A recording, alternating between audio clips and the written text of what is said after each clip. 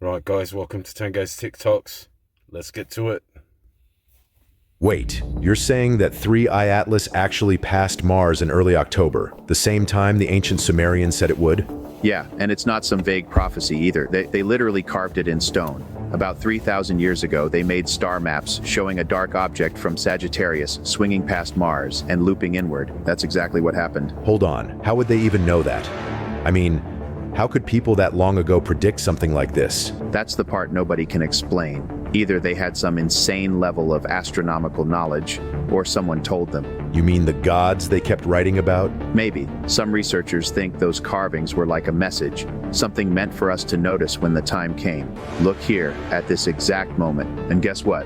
Everyone was looking. So you don't think it's just coincidence? I mean, the timing, the path, all of it? Not at all. Even NASA and the ESA were coordinating their data. When something lines up that perfectly with a 3,000-year-old prediction, it makes you wonder what else those people knew that we still don't. Wait. Anunnaki, baby. Let's see what happens, eh? Do you guys believe in this 3i Atlas? I don't know. I think they're preparing us for some Project Bluebeam, if you ask me. Times people got rich by selling absolutely nothing. The last one will blow your mind. Number 1. In 1975, Gary Dahl became a millionaire by selling pet rocks, which were literally just ordinary beach stones in cardboard boxes with air holes and a care manual explaining how to house train your rock. Dahl came up with the idea as a joke while listening to friends complain about their high-maintenance pets. So he started selling them for $4 each as the perfect pet that required no feeding, walking, or medical care. The ridiculous concept became a massive fad, selling over 1.5 million pet rocks in 6 months. Number 2. In 2005, British student Alex Tu created the $1 Million homepage, selling pixels on a blank web page for $1 each to pay for college tuition. Companies bought pixel squares to display tiny advertisements on his simple web page, paying real money for virtual real estate that existed only as colored dots on a computer screen. Tu's idea of selling nothing but empty pixels made him over $1 million in 5 months, proving that people would literally pay for blank space on the internet if it was marketed correctly. Number 3.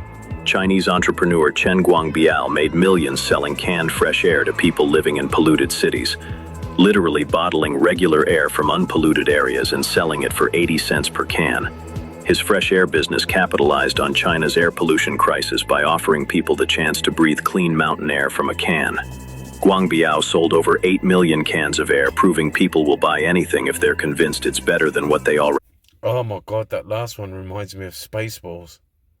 That is hilarious. This is probably the most accurate depiction of Jesus ever painted. And what's crazy about it, it's that it was painted by a toddler. On a July afternoon of 1994, a girl by the name of Akiane Kramarek was born in a tiny shack. She was born into a completely atheist family, and what's even more bizarre is that she seldom had any human interaction. So it's not like anyone told her or influenced her in any way. And as she began to grow up, her mom, who was a Lithuanian immigrant, started to notice something weird about her daughter. She would tell her mom that she was seeing things, but every time her mom went to look, there was nothing there. She would then just suddenly, like clockwork, start waking every morning at 4 a.m. and just starting to murmur some weird things that were so bizarre to the mom, and she'd never heard anything like this before. And obviously, seeing this happen to their little girl, their parents were really worried. Now, by the age of 6 years old, these visions that this girl was having had gotten so out of hand that little Akiane could just not contain herself anymore. She just needed to put this out into the world. So now this 6-year-old girl was waking up at 4 a.m. like clockwork, and instead of doing her weird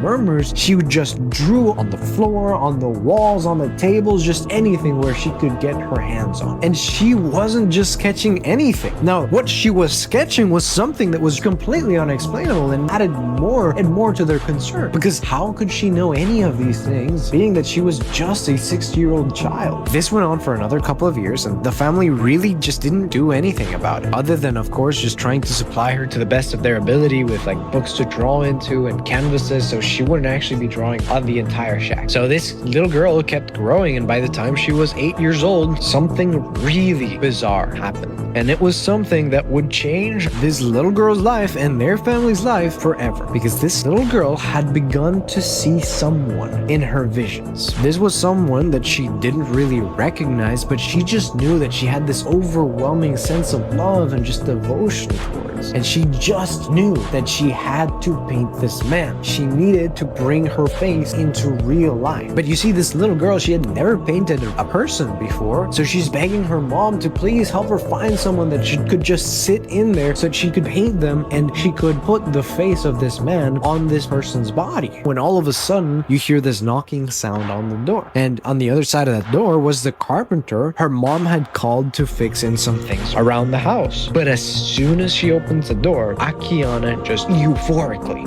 yells, "It's him! That's him!" Because that carpenter, he bore a very uncanny resemblance to another carpenter, although you may know him better as Jesus Christ. She did go on to paint this carpenter and overlapped his face with the one of Jesus in her visions, and that turned into what historians would call the most accurate depiction of Jesus ever painted. Akiane eventually sold the painting to a spiritual gallery for $850,000 and got her family out of poverty. She still paints to this day, and you can buy her paintings from her online gallery. Moral of the story being, don't judge someone on how things seem on the outside, because that little girl had beautiful visions, but to everyone else, they were scary. If you enjoy this type of content, consider following the page, and thank you for watching. That's a beautiful story. Have you ever noticed that the smarter you become, the lonelier you feel?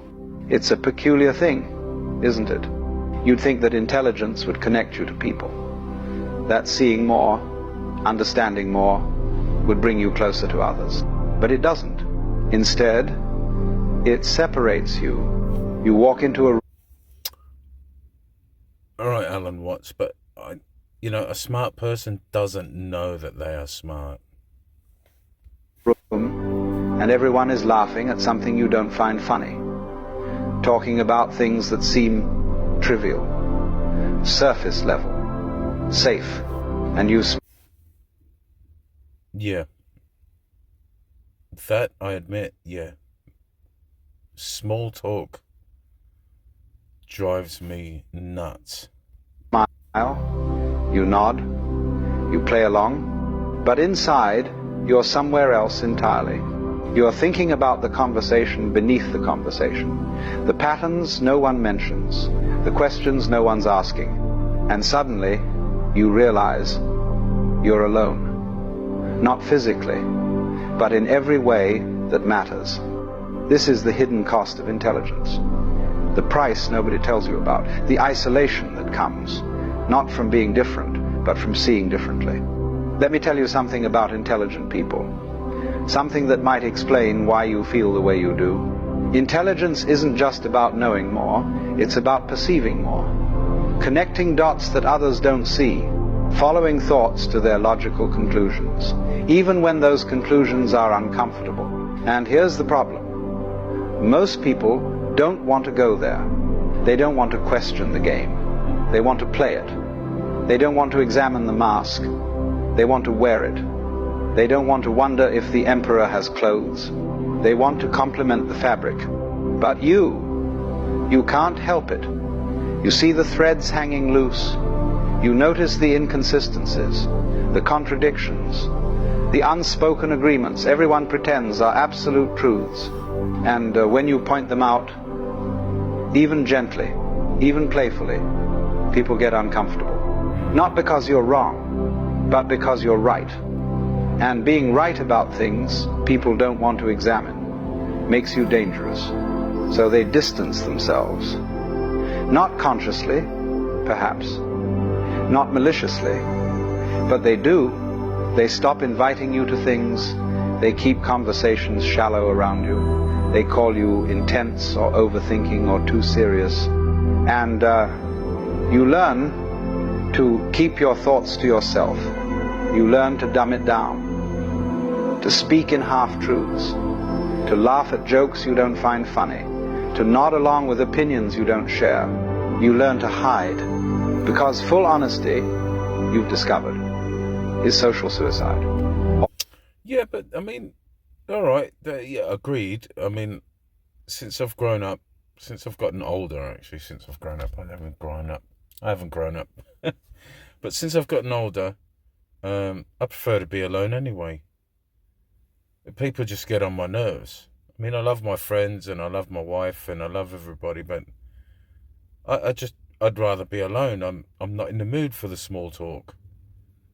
I can't be bothered with it anymore. Authentic expression is loneliness in motion. Being true. So, being truly yourself means being truly alone. Does anyone actually know who they are? I don't know who I am. I know that I'm Lawrence, that I wake up every morning, I go to work, and it's a job that I love doing, and I've got a lovely wife, and, you know, I'm in love with my wife. We've been together 13 years, I've got animals. But I don't know. I don't know what to say. I mean, this is going to drag on a bit long, but let's go for it. Yourself means being truly alone. And so, intelligent people find themselves in this strange position. Surrounded by others, but profoundly isolated. Speaking, but never really heard. Present, but not quite there. It's not that you think you're better than anyone. That's not it at all. In fact, you'd give anything to just fit in. To care about the things they care about. To find meaning in... I never did find meaning in conversations that they talk about. I've always wanted to talk about more important things, let's say, that I considered important. You know, cars and football and, you know, what the guys talk about. I never found meaning in those conversations. Especially for any sort of sport. Yeah, it's nice to watch. I like watching karate, any martial arts, but I'm not going to sit down and talk about it with people. I will do it to make small talk, just to pretend I'm normal, but, you know. The conversations they have, but you can't. You've seen too much, thought too deeply, gone too far down the rabbit hole to come back and pretend the surface is all there is. This is what people don't understand about intelligence. It's not a gift you can put down. It's not a switch you can turn off. It's a lens you see through permanently. You can't unsee patterns once you've seen them. You can't unknow things once you know them. You can't go back to simple answers once you've understood the complexity.